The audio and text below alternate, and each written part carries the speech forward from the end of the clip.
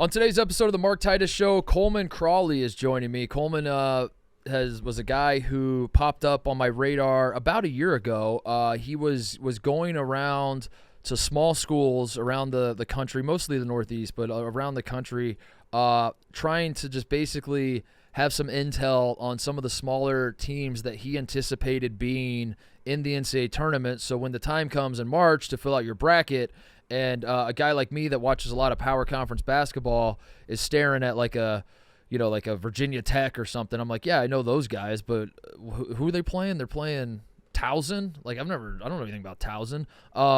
That's where Coleman would fill in the gaps.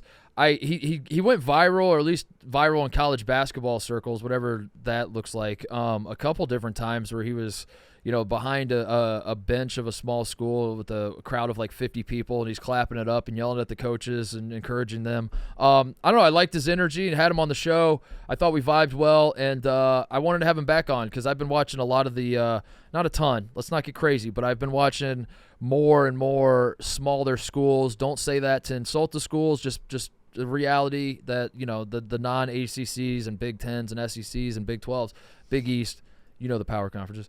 I watched Dayton the other night playing Davidson and the Colorado State game that I mentioned, I think, on last show against New Mexico. And I'd watched Colorado State against Creighton as well, but the Colorado State team I'm really into. So there's enough going on in my brain with some of these smaller schools that I thought, we got to talk to Coleman. We got to get Coleman back on the show. So we did that, talked to him for about a half an hour. He's an awesome kid. I'm rooting for him so hard.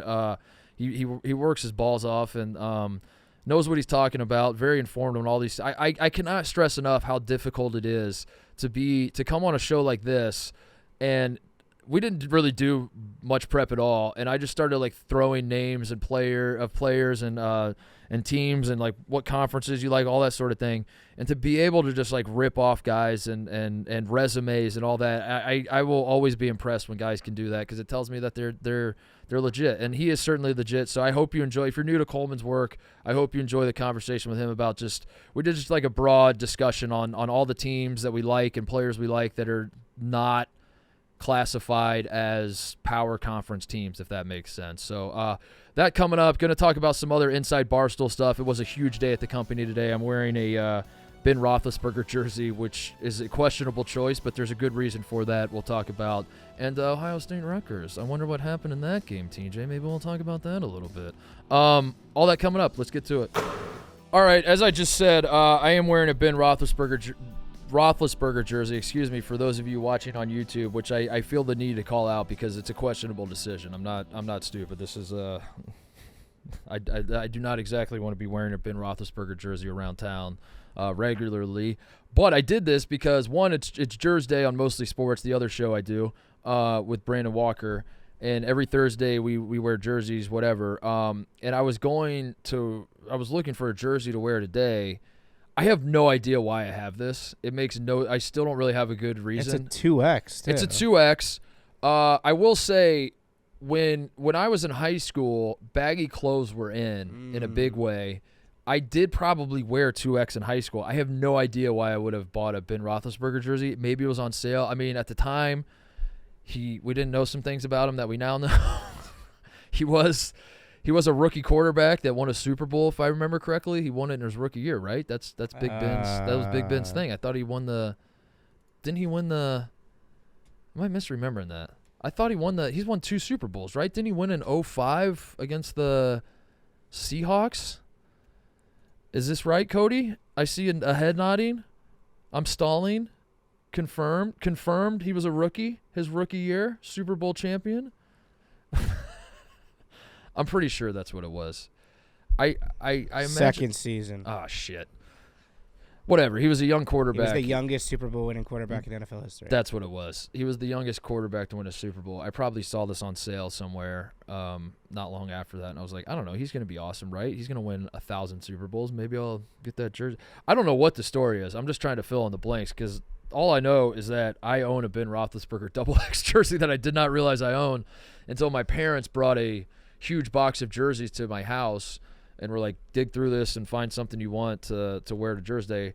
So anyway, I saw that today, threw it on. All of that is to say, I threw it on in support of Jersey Jerry, resident Pittsburgh Steelers fan, who hit the hole in one today. I gotta say, in the 10 months I've been at Barstool, the last 36, 48 hours, I guess we're at now, have been my favorite by far. I mean, this saga with Jersey Jerry has been quintessential Barstool. It was so freaking fun to watch. Like it was a crazy idea from the start, but just to watch it become crazier and crazier, and to watch it grow from the I think if Jerry did get it within like 5 hours, it still would have been an awesome stream. It still would have been a ton of fun, and he would have done massive numbers because he always does. But just to watch it drag on and become like a thing, a capital THE, capital THING thing. It was the thing for a little while there. It was crazy. So I don't know. I wore the jersey to support Jerry, and I'm so happy that he made the hole in one. But it was one of those things that like I had a really difficult time explaining to people that weren't locked in on it. But this was also one of those things that a lot of people were locked in on. And I have people in my life that don't really follow Barstool, don't really they know what I do for a living, but they're like, oh, that sounds nice. Good luck to you or whatever. And I just have like a personal relationship with them outside of this circus that I work at. And I had some of those people that were texting me like, is one of your coworkers sleeping in a golf simulator? Like, what's going on? It reached that level, and it's just like so delightful when that happens, because it just like underscores that it can only happen at a place like this. Yep. TJ, it can only happen here. If I was working at Fox Sports and we tried to do the same thing, it would be interesting to a certain extent. You would not have the PGA Tour putting out videos of all the players congratulating people, and it would not have, it would not take on the life that it took on. Right. Stuff like this is the perfect example too of like the power of the Barstool Network, which I think is like a big thing that people don't or kind of underestimate about like how far our reach is yes. that when we put all of our energy behind one thing and everyone like says go watch this one thing, we can make it trend number one across the United States for a day and a half. Right. But I've said this a bunch of times in the last 36 hours. This blew every YouTube metric we've ever had as an expectation marker out of the water. Like, this is one of the crazier things. Maybe, I was talking to Za about it. Maybe when Saturdays Are for the Boys took over for a summer, that was like this, but that was different. This is just like an isolated one thing. Yeah. It's crazy how many people were watching this. I'm not as well versed in Barstool lore, but maybe that helps because the things that break through. Yeah. The things that I remember were the things that broke through. And Saturday for the Boys was that was a movement. That was definitely a movement. Didn't like Dana Beers have something? Julian Beers. Yeah, for a second there where it was like a small piece in that machine. I remember that it's like that. But that wasn't the Doug streams, but that was COVID related. Yeah. This was I got to a point where it was less about like trying to watch Jerry hit a hole in one and more about like I was like pulling myself like a couple levels back where like I'm like in real time studying myself watching Jerry, where I'm like, what is it about this that makes me watch this? And I'm trying to like get inside my own brain that's like, would I watch this if it wasn't Jerry? The answer is yes. Like if I didn't work at Barstool and I had no idea who any of these people were, and someone was like, hey man, there's a guy who's on hour 35 of trying to hit a hole in one in a golf simulator, I'm probably clicking on that link and watching it. But why? Like I can't. That's the part that like if I tried to explain to somebody that has no idea that this happened, I hear myself talk and I'm like, yeah, I don't really fully get it. But I think it was just that nature of, you never know. It could be the next shot. It literally, every single shot could be the shot. I can't turn it off now. It was crazy because that was, I don't know. Like I sat there last night. I got college basketball on, and then on the laptop I'm pulling up Jerry, and I'm going to bed, and I'm like, I just spent 4.5 hours watching Jerry hit a golf ball into a screen. And I don't really regret it, but like that's an insane waste of my time. Yeah. But then when he finally hit it, I'm like, validated. All of that was worth it. I don't know. It's crazy, and I'm so happy for Jerry. I love Jerry, and I don't know if this is the place to do this. I didn't have any intention to do this, but I'm gonna do it for my guy Jerry now.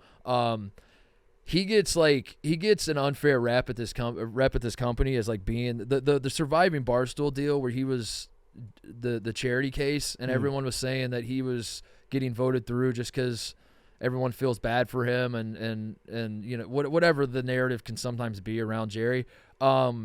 The reason people are nice to him is because they feel bad for him, and he's a charity case, and he's Dan's lapdog and all that sort of shit. Jerry's like the nicest dude that works at this company. I fucking love Jerry. Yeah. I would go to war for Jerry. He's been nothing but great to me, and this goes back to when I first got hired, and we went to Columbus to watch college basketball games, and I got to know him a little bit, like just hanging out like off air of those streams or whatever, and he was like super nice to me then, in a way that like I realized like every clip I'd ever seen of him, he was like a kind of a buffoon.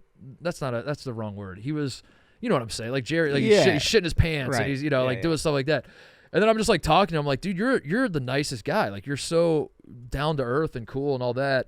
And I just say that to say like the reason for any Barstool fans that are watching this right now, and you're watching Jerry, and you're like, why is it that PFT and surviving Barstool like falls on the sword for Jerry? Why is it that Dan will, as Jerry's doing this golf stream, he'll neglect his family at times to go sit in there and clap it up for Jerry and all this sort of thing? It's not, I promise you, at least I'll speak for myself. Never mind. Forget PFT and it's not because anybody or I feel bad for Jerry. It's because Jerry is the man. That's why. And it's like he is the reason people like Jerry is because he's a good dude and he works hard, and he might be the only person at this company that was willing to do that for 36 hours. How many of us would love the idea and then we would start it and be like, fuck this, dude. I'm not doing this. I'm going home, and he sees it through. And I just say that like every ounce of success Jerry has is because of Jerry. And he's been lucky along the way, and there have been people that have helped him, sure. But you could put a lot of people in that exact same spot that Jerry's been put in, and if you think Dan or Dave or whoever else is giving him a boost, Jerry is Jerry because I'm Jerry. Jerry is Jerry because Jerry is Jerry. That's my statement. Put that on a quote card. Anyway, I didn't plan on doing that, but I felt like the moment was right because I love him, and sometimes I'm watching his streams and I see what people say about him and all that sort of thing, and as a guy who knows him, I love that he had this moment, and I hope he continues the show. I hope he continues making the show awesome. It's just like I don't know where he goes from here. I do legitimately worry about him. It's like I'm gonna cut my head off now. Double or nothing next week. Yeah, 2 hole-in-ones. 2 hole-in-ones. All right, before we get to Coleman, we got to talk about Ohio State Rutgers, TJ. Yeah. A game that you tried to say that you didn't care. Of course. Yeah. You said I'm moving on to next year already, which is fair. Like I get the mindset because this Rutgers team isn't awesome, and you certainly have help coming on the way. But you did text like when Rutgers was making the comeback. I sent a neutral text. I said close game in Columbus because it was a close game and the game was in Columbus. These are all facts. It wasn't a close game, and then it was. Yeah. And then it wasn't. You guys aren't that bad. It's just a Rutgers team that's they're raw. It's a Rutgers team that's like one step below. But like that, I'm watching the game and I'm like, this is Rutgers basketball. It was we were scoring a little easier in the first half than I anticipated on a Rutgers defense. Yep. But no, Derek Simpson's good. He's getting good. Yeah, you got guys that can play. Gavin Griffiths needs to score more points per game if he wants to live up to being a 5-star, but because he was on the bench at the end of the game and only had like 3 points. But Derek Simpson coming on is good, like because he'll be in the rotation next year certainly. Yeah, you're gonna win some games though. Yeah, like I like Rutgers is gonna. You'll beat Purdue. You'll beat Purdue at home. Yeah. You're not looking at like a 3-win Big Ten season. No, I don't think so. You guys have a good team, but yeah, Ohio State, man, I don't know. I see the writing on the wall. Right. It's just like I know where this is headed. We're 12-2. We should be 13-1. We choked away a Penn State game. We should currently be on a 12-game winning streak right now. We were up 18 on Penn State and just completely handed the game away. And we're getting far too comfortable at doing that. We almost did. We were up 14 on West Virginia. What were we up last night? You guys 14, I think. It was 14 at one point. Maybe it was more. 17. 17, and you cut it to 2. It was 2, 1. Yeah. We never took the lead. It was very close, though. Very close. This Ohio State team is. I'm a broken record with these guys. They're good. I enjoy watching them. They're great kids. I do think they are a good basketball team in the sense that they are skilled and they play well together at times. It's just I get the same feeling over and over that the team has no idea what the score or time is, and they're just out there hooping and playing, which I don't mean like they're unorganized. They're playing organized basketball. It's just like the part of your brain that's supposed to lock in when there's 8 minutes left in the game and you're up 10, and it's like, let's fucking step on their throats now. I don't think this team has that, and I'm very worried that that's going to again be the thing with Ohio State basketball this year. But we're 12-2, and as Rothstein pointed out last year, I saw his tweet that fired me up. Our 12th win last year came February 26th, and our 12th win this year came January 3rd. So, with that in mind, I won't complain too much. I see where the reason I'm like frustrated is because we are winning, right. and I see what's going to happen, which is we're going to continue to win, and it's going to pull me back in, and then right as soon as it pulls me back in, we're going to lose at Nebraska, and Tominaga, who had a monster game last night, by the way, against Indiana, is going to do it against us, and I'm going to be a very sad boy. But anyway. Congrats to Rutgers on the moral victory, because it's a moral victory in defeat for us, and seemingly a moral loss in victory for Ohio State. Like we both came in, and I feel like you're in a better mood than I am about that game. The future's not so bad for some of these guys. Yeah, we're 12-2, and I'm like, damn it, dude, not again. All right, let's talk to Coleman. All right, Coleman Crawley is back on the show. Longtime listeners, fans of the show might remember him. You came on real early. I launched the show. You came by in New York. Your whole thing was, and still is, that you were trying to find. I'm just reading off your Twitter bio that you're trying to find Cinderella before the ball, and I think that's just a great way of framing what it is you do, which is you are locked in on all the smaller schools across the country. And the other night, I'm watching Colorado State play New Mexico State. I was watching Drake play in Illinois State. Last night, I caught a little bit of the Dayton game, and I thought I got to get Coleman back on the show, man, because I'm not as locked in on some of these smaller schools as I need to be. Colorado State is 13th in the country now. FAU obviously is at this point not necessarily a Cinderella, but they were a team coming in that like had that same. James Madison's undefeated, so. I got Coleman on the show. We're gonna go through some of the less heralded. The way I phrased this to you, Coleman, was I just want to talk about teams that are not in the power conferences. That's basically it. Right. Yeah, and I really have no structure other than just like let's just riff on it, dude. Like what so far at this point in the season, what excites you the most? What player? What team? Open-ended question. What about non-power conference basketball excites you the most right now? What excites me the most right now is how they performed in the non-conference, and I think for my brand, the mid and small majors are very set up to have a great Cinderella season when we get into March. If you look at the Mountain West, I mean, they're due right now to perhaps get 5 teams into the NCAA tournament. San Diego State made the Final Four last year. Colorado State off to a tremendous start. Utah State just got a big win. They're inside the top 30 in the net rankings. You have 3 teams that home and on the road are quad 1 opponents. Boise State off to a bit of a slow start, but I think they'll continue to vault up the standings. Who else in the Mountain West? 2 more.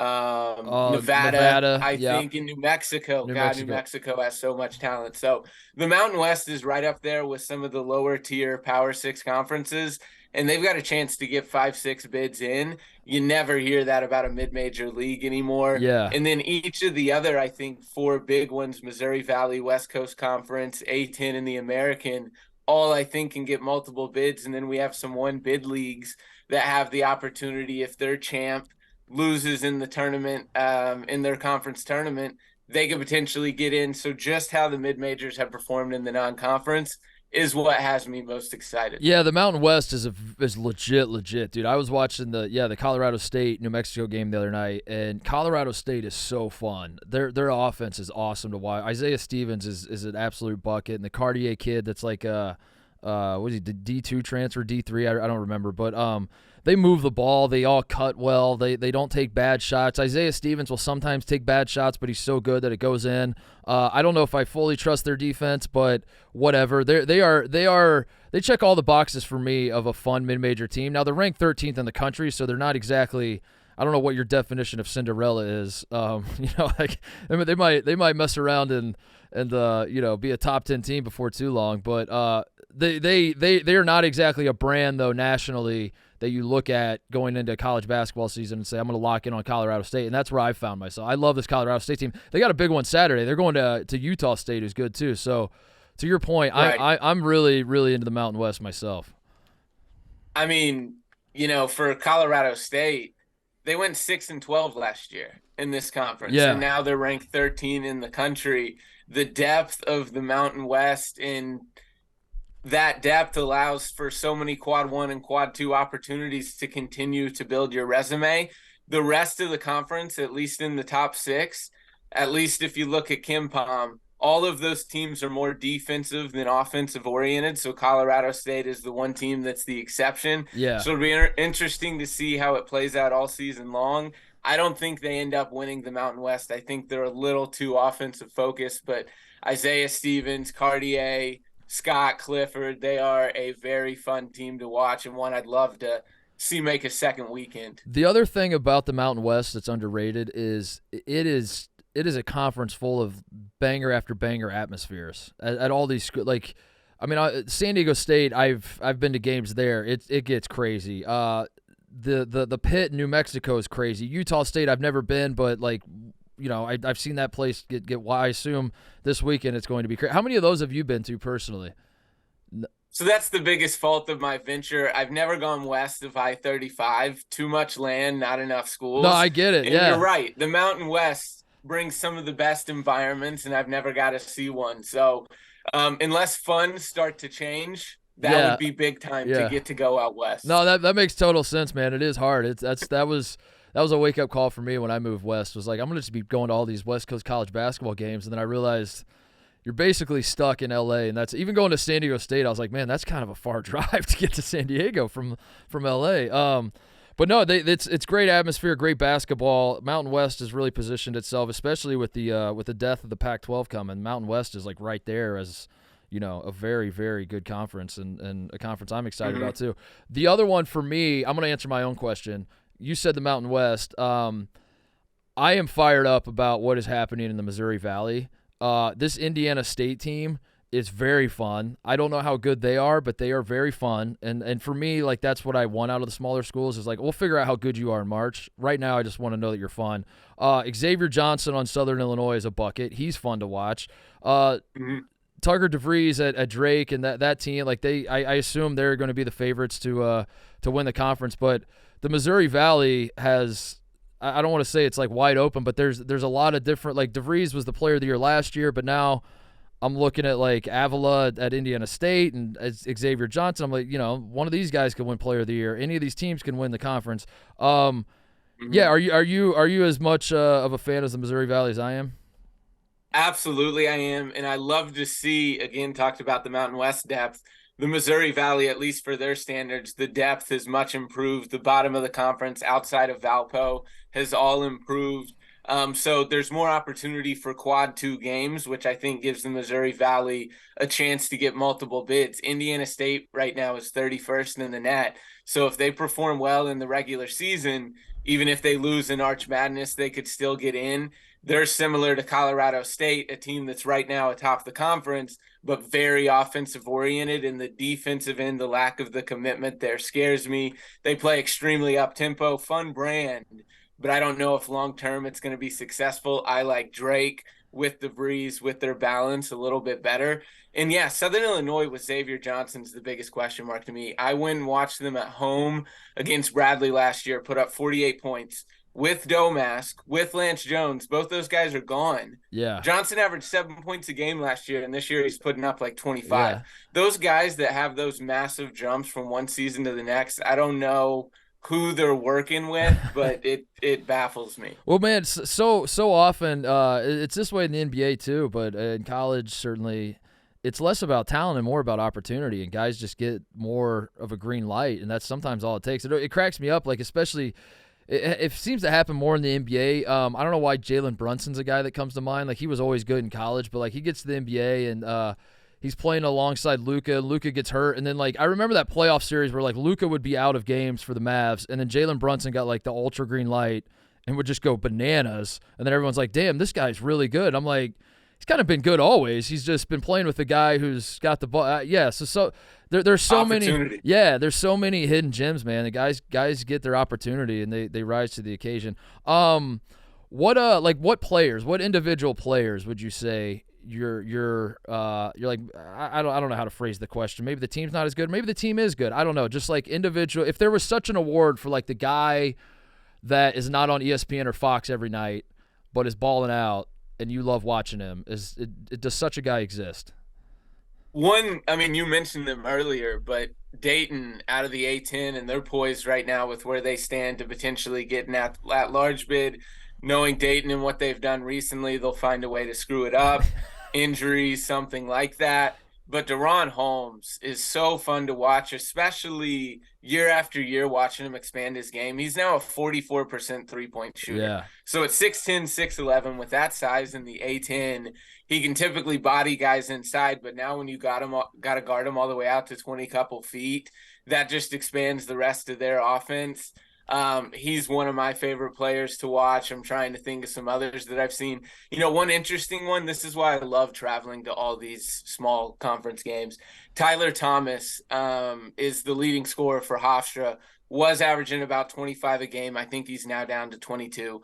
I watched him at Iona just get into it with Speedy Claxton, both of them in each other's face. And then after that, they wouldn't talk to each other the entire second half. Thomas would just go to the corner and not even try to get involved in the offense. It ended up scoring like 9 points. So seeing that type of stuff, one of the best players in the country just give up in a half. Yeah. I thought he would be one that, you know, I would say that's a guy that's not on ESPN, but you want to see. The night that I saw him, I wouldn't back him. Interesting. See, that's good to know. Those are good nuggets. The rest of us are just kind of checking out box scores or checking out scoring averages, and you just assume that a guy's good. Here's a name for you, Jaden Ledee at San Diego State, who started the season like looking like Wilt Chamberlain with the stat line. Yeah, he's not keeping that pace. No, he's fallen off for sure. But he's another guy though, and you want to talk about like the role expanding. San Diego State goes to the Final Four. Guys transfer, guys graduate. It's a different team, still the same program, still the same culture. And then Jaden Ledee, his minutes go from 18 a game to 31, and his production has completely exploded. He's been a lot of fun. I don't think San Diego State is special this year, but I don't think they need to be. They're still good. They're still a good team. It's always hard with expectations because once you go to the Final Four, it's like, all right, now let's ride this momentum, and then you have a team that is pretty good but not great, and I think if I was a San Diego State fan, it would feel like kind of a letdown. They're 12-2, but they just, you lose to Grand Canyon, and this doesn't feel like a special San Diego State team, but it's just, I don't know. I don't think they're Final Four special, but I mean, not to make this a Mountain West podcast, but I think there's going to be multiple Mountain West teams in the second weekend. Yeah. And I think San Diego State could be one of them. I mean, Dutcher in his focus on the defensive end, I think it pays off in March. You saw it last year. I don't think they're going to repeat that, but I could see second weekend. James Madison, undefeated, one of 3 undefeated teams we have left. One of those undefeated Ole Miss will go to Tennessee, I believe, on this Saturday, and anything can happen. But also, we're expecting a Tennessee win. Probably Ole Miss will lose for the first time, and if it doesn't happen, then it's going to happen soon enough. Houston is very good, but they play in the toughest conference, arguably, in the country, so we assume they're going to lose. James Madison, and we got to be careful because they do play tonight. We're recording this. We're recording this Thursday afternoon. They play Thursday night. They play at Louisiana, I think. So I'm not putting them on undefeated watch yet. What I'm asking you is, from what you've seen of James Madison, does this feel real, or is this just like a fun story? Because they beat Michigan State to open the season. Good win, but then Michigan State hasn't quite been the Michigan State we expected them to be. So where do we fall with James Madison in terms of expectations? Because you look at their schedule, they're probably going to be favored in just about every. Maybe there's going to be one or two that they won't be favored in, which isn't to say they're going to go undefeated, but it's trending towards like a 20-0 James Madison situation, and now we have to have a real conversation about how good this team is. I'm not all that impressed with James Madison in terms of I don't think that they're even the best one bid league team. Oh, wow. But because of the Sun Belt this year and how weak it is, the drop off, I thought Marshall was the most disappointing, or was my most disappointing team in terms of missing out on the NCAA tournament last year. Southern Miss had a great season last year, but a lot of the top of the Sun Belt lost a lot of their core from last season. So James Madison's poised with the drop off of the rest of the league to where they're going to be decent favorites in every single game that they're in the rest of the way. Tonight is honestly one of their biggest challenges. Louisiana on the road, one of their biggest contenders. I think App State is probably better than Louisiana, but outside of that, Louisiana may be third.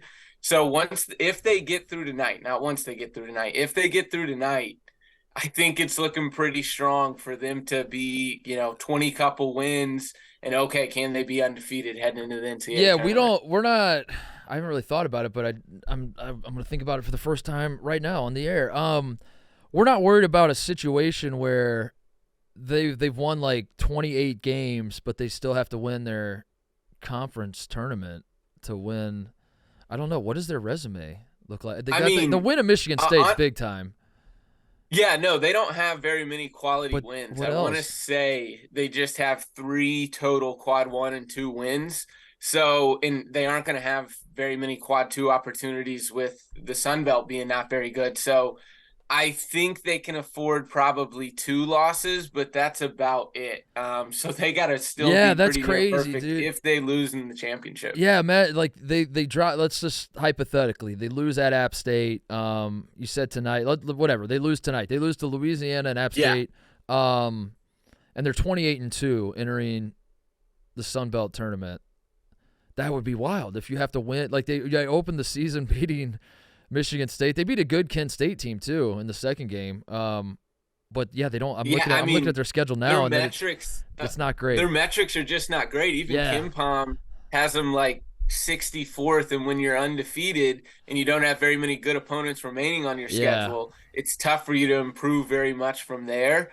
So with a couple losses, you start to drop into the 70s, and it's not looking good. Dude, and after the JMU football season where they were undefeated and they started puffing their chest, and then that kind of fell apart with App State, that would be brutal, man. If they started like 25-0 and somehow missed the tournament, that would be apologies to tough all the for PFT and the rest of the base. Apologies to JMU fans listening that I even put that out into the ether.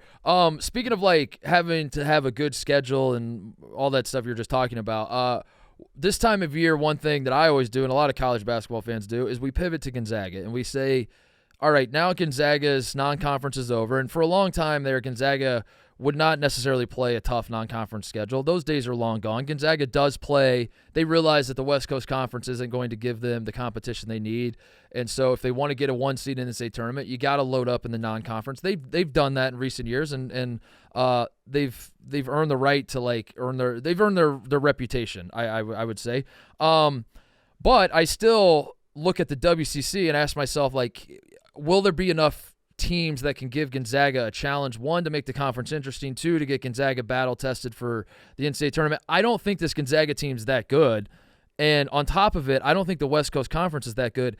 Is there a silver lining? Like, because St. Mary's to me they're not as good as they were supposed to be. BYU's out of the conference now. Where does your temperature read on the West Coast Conference as a whole? No, there's not much of a silver lining, and I'll say this: Gonzaga's in jeopardy of missing the NCAA tournament. Wow.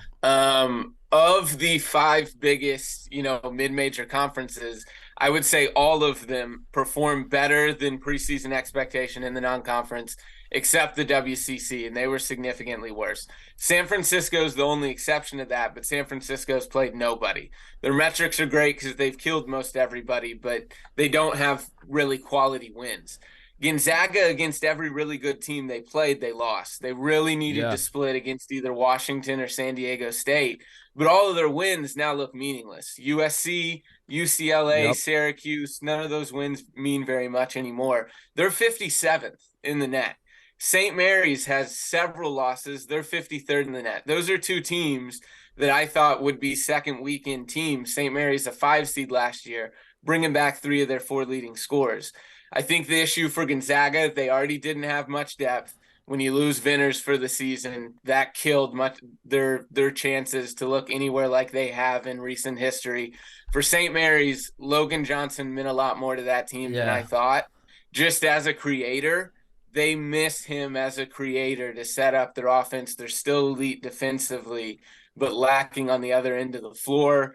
The WCC could be a 1-bid league this year. I think they'll be a 2-bid league, but they could be a 1-bid league. Gonzaga does have that game against Kentucky in February at Rupp Arena, which looms big opportunity, very large. Yeah, because I just pulled up their schedule here too. You're right, man. They played some tough teams. Like, they have played a decent schedule.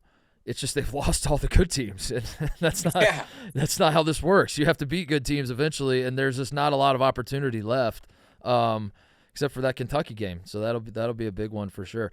So last year I have you on right before the tournament, and we're trying to flesh out like Cinderellas that we can expect to see in the tournament. And for a tournament that had a wild Final Four, certainly an unpredictable Final Four, and going into that Final Four, the whole week leading up to it, everyone was talking about how this Final Four stinks because it's 4 exception to UConn, but you got 3 other programs that aren't blue blood types and all that sort of thing. That was kind of the narrative of that tournament ultimately. And also we have a 16 seed beating a 1 seed. I was surprised, Coleman, going back and looking. Princeton was the only team that was a double-digit seed that made the Sweet 16 last year. That's pretty crazy. Is that true? I think you're right. Yeah. I think you are right. Isn't that wild? Because, we think about the tournament last year, and we're like, dude, upsets everywhere, wild Final Four. You got 16 over 1, you got 15 over 2. And then you look up when the dust settled, and it was like, actually, there's kind of not that Cinderella. I mean, FAU felt like a Cinderella, but we all knew FAU was good. And San Diego State, same sort of thing. I mean, I kind of came to you in a bleak mood last time I was on the pod. You brought up all these matchups, and I was like, listen, I hate this matchup. I hate that matchup. Yeah. There were very few that I was excited about. Drake was one. Yep, and they blew a 7-point lead late. What do you know? Miami goes to the Final Four.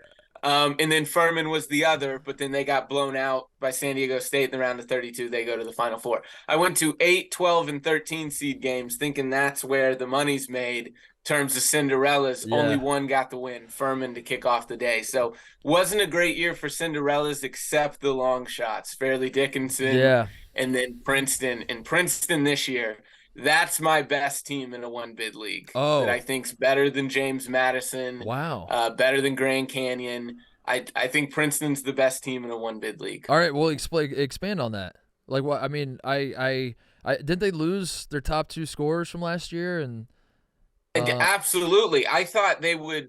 I didn't think they'd be the Ivy League's representative losing Ev Bowoman. But with what they've brought back, they've allowed these guys to use their skill set to their advantage. A lot of them are great penetrators, isolators, creators, and then they're still a really good 3-point shooting team. So they're great at drawing 2 and then either kicking out to the perimeter for a 3 or driving, getting to the lane, getting to the foul line, finishing at the rim. They're a fun offensive team to watch. Another one, St. Joe's, is a team that I think they just lost to Rhode Island, who I thought would maybe be the worst team in the A-10. So not looking great right now. But the reason I think they could be a Cinderella, 4 of their 5 leading scorers, double-figure guys. Granted, the A-10 not a 1-bid league, kind of switching now. But 4 of their 5 leading scorers shoot it north of 40% from 3. So that's the type of team come March, if they are able to get hot, win the A-10 tournament or get in as an at-large, you do not want to be seeing as a 6 seed with their 3-point shooting potential. Yeah, they boy, that Rhode Island loss is tough. And they already lost to Killer. They had a bad one at the start of the year too, because it was right before the A&M Kentucky. Commerce. That's right, because they took Kentucky to overtime, and at the time, that felt like it was earth-shattering for Kentucky because it's like, how are you letting the team that just lost to A&M Commerce take you to OT? But then they beat Villanova. It's a very up and down season. But some of these tough, like losing to Rhode Island is a stinker, and Commerce is a stinker. The A-10's good though. A-10 was a 1-bid league last year, right? I think, the last few years, 2 or 3 now. Yes. Oh, this is dire. It's a dire situation. The A-10 is supposed to be getting like 4. Yeah, they were a decade straight of a 3-bid league every year. Oh man. Well, I do like Dayton. I don't know who else. St. Bonaventure is another good A-10 team. What else? Who else? What about like the tiny ass schools? Is there any? What's like the wild? What's the game you've gone to or the game you've watched? Yeah, you don't even have to go to it. Just the one game you've watched where you felt like there's only 100 people watching this game, and I'm one of them. Gosh. So I went to the Holiday Hoop Fest at UBS Arena. I think St. John's will play a game or two over there. But the opening tip of Towson Bryant, there's no way there was more than 60 people in that gym. There's nothing like meaningless. It's not even a tournament. Neutral site games. Yeah. Like why are we playing these games on a neutral floor? I think it was NIT Stu or maybe the Low Major Madness guy. Someone quote tweeted the game I was at and like, I'm convinced these things are shit. I just blanked. What's the word I'm looking for? Where like the laundering schemes, money laundering schemes? Money laundering scheme. Yeah. No, that's it. Because there's no way that it's for profit. Yeah, exactly. Yeah, you're trying to just like pretend that it's exactly what it is. Money laundering. That's hilarious. I'm excited, man. I'm excited as the run up to March Madness comes on. Like you're still chirping at all the coaches and players and clapping it up and all that stuff. Yeah, a little bit. Probably not as much as I did in the past, but need to pick that back up. So, the schedule's a little spotty in the non-conference. I moved to New York at the beginning of December, so went to 8 games then, but then came back home for the holidays, but about to head back up north. And so I'll go to 28 games in 28 days is the goal right now. Working a full-time job this year, different than last year, so perhaps there's a few games I'm late to or something like that. But about to hit it hard, so haven't been to quite as many games yet. Do you take recommendations? If the people reach out and they're like, you got to hit, yeah, all right. So you are what, Sharp Shot Select on Twitter? Is that your Twitter handle? Am I remember that correctly? Sharp Shot Select. And now the only thing to the recommendations is that weekdays I got to be within about an hour in New York City. Yeah. Weekends I can get within about 6-8 hours. That's a good place to live though. You're by a ton of schools, and that's like the Northeast is where all the tiny schools kind of are. It feels like so perfect for the brand. This is perfect for the brand, man. I'm fired up for it. It's good to have you back on the show, man. We should have done this sooner. I don't know what took me so long, but yeah, I'm excited for. I do like. There's a misconception with me that I'm a blue blood guy because I talk about the blue bloods the most, but I've tried to explain to people. I'm just an idiot that, like, I eat whatever slop I'm fed. And when I sit down, I just throw it on ESPN or Fox, and whatever game they're showing me is the game I watch. And that's typically how my viewing patterns go. So, yeah, naturally, I'm going to end up watching North Carolina and Duke more than any other team. But I don't do that consciously. And all that's to say, like, I actually do. Like, whenever I do catch a game like a Colorado State, New Mexico, I do get fired up about it because I'm like, these guys are so good, and they're in a lot of ways like more fun to watch because they're older guys, and a lot of times it's teams that are playing more together, and it's not the transfer portal and one and done bullshit that a lot of people don't like about college basketball these days. So yeah, we need to do this more often, man. Thanks for making time. Hey, absolutely. Thanks for having me. Keep beating the mid-majors drum. Thanks once again for the opportunity, and love to be back on March or when we get closer to the tournament. Good stuff, Coleman. Take it easy, man.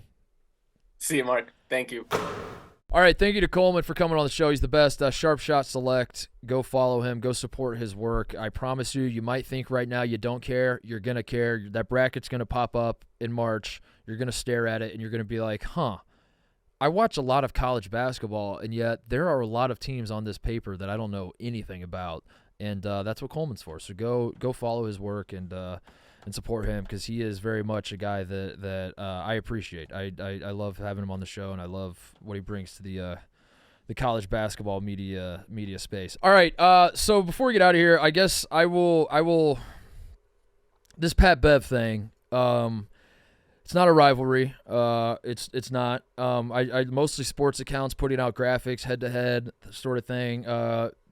I saw Pat Bev was it this show, the Titus show? We put out the clip of me talking yesterday about a potential matchup if it were to materialize. If New York with Pat Bev was to play Chicago with the Chili's 3 for me 3-point champion, yours truly. How would that look? And I never meant for this to be me versus Pat Bev thing. Like, who's the better basketball player? Obviously, Pat Bev's a better basketball player. He played in the NBA.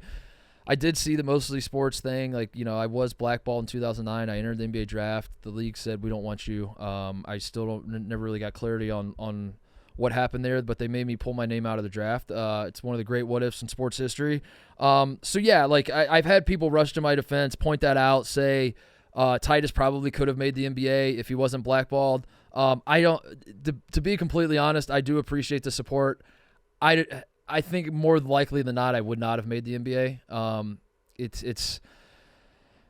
I don't know. It is a what if, but I think I probably wouldn't have anyway. So Pat Bev is a better basketball player than me. I'm freely admitting that. The whole reason I got worked into, or I fell for the trap, if it was a trap, was that we sat down to do the show, and Cody, I'm not blaming you, Cody, but like you did, like 10 minutes before we recorded, you're like, do you see this clip of Pat Beverly laughing the second he heard your name? And I was like, well, that's not something that I enjoy. That's not content I like. So then I just felt like I had to defend myself, and I was really just trying to defend myself more so than attack Pat Beverly. So I don't, I won out. I won out of the whole thing. I would just like for first of all, Pat Bev does not know who I am. Obviously, has never seen my face, as he tweeted today. I saw he quote tweeted the Titus show clip and said that he had, I've never seen your face or whatever. I am the guy that taught Joel Embiid how to shoot a basketball on YouTube. So for a guy who says that Joel Embiid is having the best career in NBA, or the best season in NBA history right now, which, like we could talk about that if we wanted. I don't want to, but you're saying Joel Embiid's having the best season in NBA history. You might want to do some homework and figure out how Joel Embiid learned to play basketball, because go back and look at the evidence when Joel Embiid said that he learned how to shoot a basketball from Googling white guys shooting threes. And he did this, the timeline matches up that the Mr. Rainmaker video that I made in 2010 was pretty much the white guy shooting threes YouTube video at the time.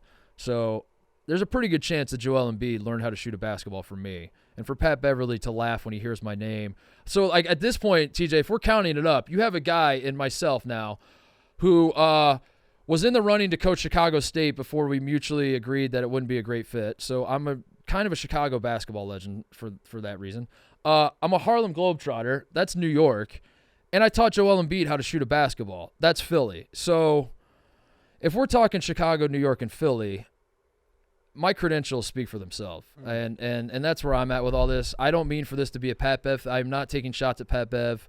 I do not want to throw any punches. All I'm trying to do is just defend myself. I'm in a rope-a-dope situation, and you can keep punching me. I'm just going to keep defending myself and point out that when I guarded Steph Curry in 4th grade AAU, we didn't have film on him. We didn't know his tendencies. We had to go in there blind and still lock him up. Yeah, it would have been nice to have been able to crunch tape and to have NBA coaching on my side, and have a scheme and have can you imagine having 4 other NBA players on the court to help you guard Steph versus I had 4 4th graders helping me guard him when I was in 4th grade. So if you think about it that way too, I'm just defending myself, man. I'm not trying to throw any punches. Yeah. I respect Pat Bev, and I do think that if he and I were to play one-on-one, it would definitely be a David Goliath situation, and he would just absolutely destroy me, just like Goliath. Wait. Oh shit! No, yeah, bad example. All right. And Roan, I could rap battle better than yeah, you. and Roan, fuck you. No, I love Roan. Roan is.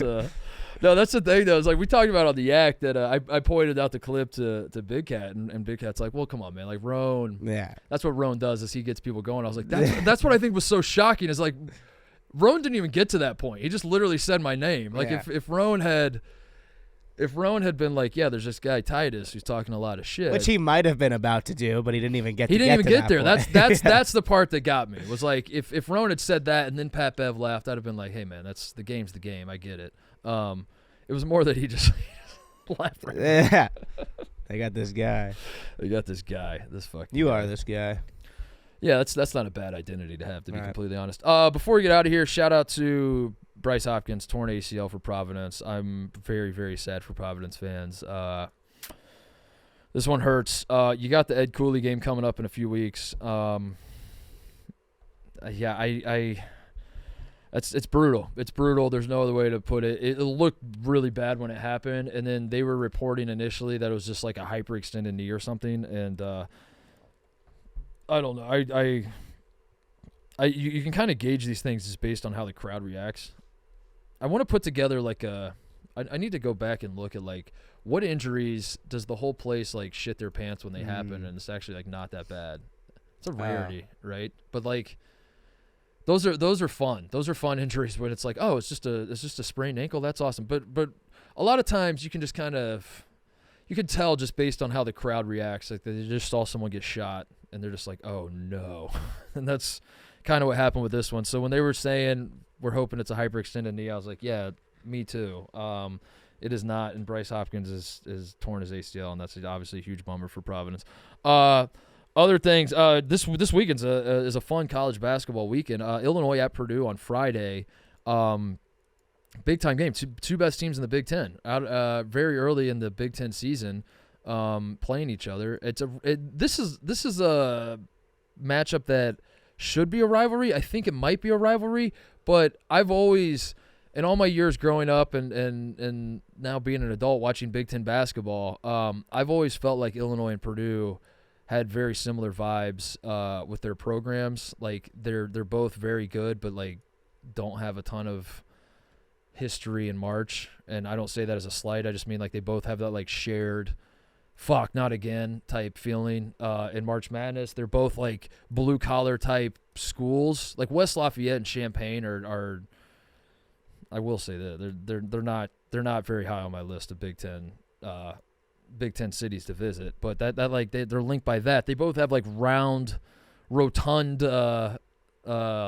gyms. The gyms are just perfect circles, both of them. Those two gyms. I don't know. I just remember like thinking like they got a lot of similarity, and they're very close to each other. Champaign and West Lafayette. Anyway, I would love to see Purdue, Illinois become like an actual important college basketball rivalry, and this year it's setting up to be because they're the two best teams in the Big Ten right now. So they play on Friday. I'm excited about that one. Carolina at Clemson Saturday.